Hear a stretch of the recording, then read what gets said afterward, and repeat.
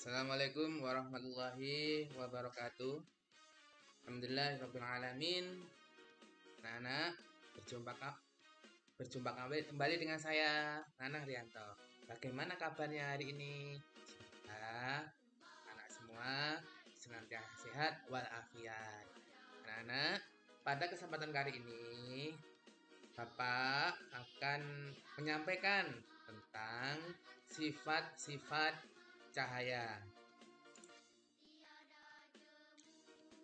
Pernahkah kalian pergi ke kolam renang? Kolam renang terlihat nampak dangkal dasarnya. Namun, apa yang kita lihat tidak seperti aslinya. Jadi, kalau kita pergi ke kolam renang, berhati-hatilah. Ya, karena kedalaman kolam renang tersebut tidak nampak sesuai dengan yang kita lihat. Mengapa demikian? Mari kita simak. Sifat yang pertama, cahaya dapat merambat lurus. Nah, ini dapat kita lihat misalnya pada pagi hari yang berkabut, nampak sinar-sinar cahaya matahari di sela-sela ranting pepohonan. Begitu juga apabila ada tembok yang berlubang atau ada jendela, cahaya matahari nampak bersinar lurus masuk melalui lubang tersebut. Selanjutnya anak-anak, pernahkah kita belajar menggunakan lampu baca? Dengan menggunakan lampu baca, cahaya dari lampu baca mengenai buku, sehingga dari buku tersebut cahaya dipantulkan ke mata kita. Sifat yang kedua adalah cahaya bisa dipantulkan. Contoh lainnya, ketika kita bercermin, kita dapat melihat bayangan kita. Ini karena sifat cahaya, yakni dapat dipantulkan. Sifat selanjutnya, anak-anak, pernahkah kita melihat sebuah jendela yang kita lihat terbuat dari kaca? Apakah cahaya dapat masuk melalui kaca tersebut, anak-anak? Benar sekali.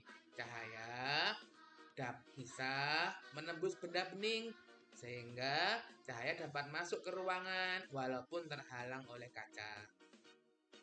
Benda dibagi menjadi 3.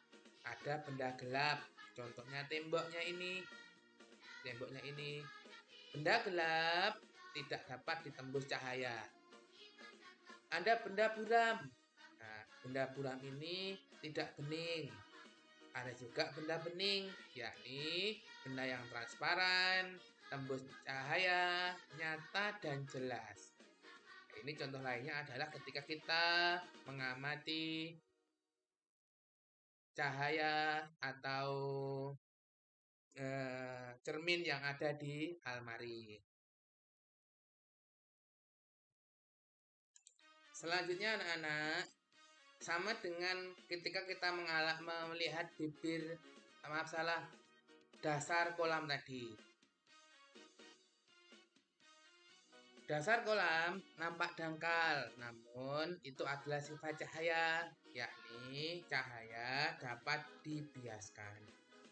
Misalnya pada gambar seperti ini. Titik 1 merupakan posisi bayangan ikan. Posisi ikan yang sebenarnya ada pada nomor 2.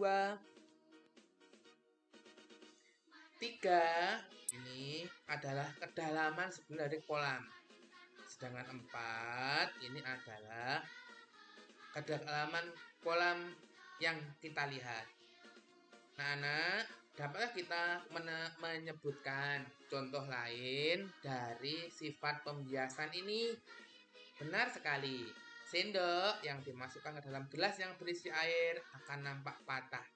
Sebenarnya sendok tersebut tidak patah ya. Sifat yang selanjutnya, pernahkah kita melihat pelangi anak-anak? Pelangi tersusun dari beberapa warna. Ada merah, jingga, kuning, hijau, biru, nila, dan ungu. Namun, Pernah kalian tahu apakah sumber warna utama dari cahaya tersebut? Benar, cahaya tidak berwarna. Cahaya dapat diuraikan menjadi beberapa jenis warna yang Bapak sebutkan tadi. Contoh dalam kehidupan sehari-hari yakni adalah pelangi. Ketika musim hujan, hari cerah, kita dapat melihat pelangi di langit. Selanjutnya anak-anak, ketika cahaya dihalangi oleh benda yang tidak tembus cahaya, maka akan terbentuk bayangan. Jadi, sifat yang terakhir adalah ketika cahaya dihalangi akan terbentuk bayangan. Contohnya adalah ini. Terbentuk bayangan bola tenis berlawanan dengan arah sumber cahaya. Bapak bertanya, mengapa bola tenis bisa memiliki bentuk bayangan yang berbeda? Padahal ukurannya sama loh. Silakan didiskusikan atau silakan dicari alasannya. Kenapa ya, Nak? Nah, mungkin itu yang Bapak bisa sampaikan. Ada kurang lebihnya mohon maaf. Assalamualaikum warahmatullahi wabarakatuh.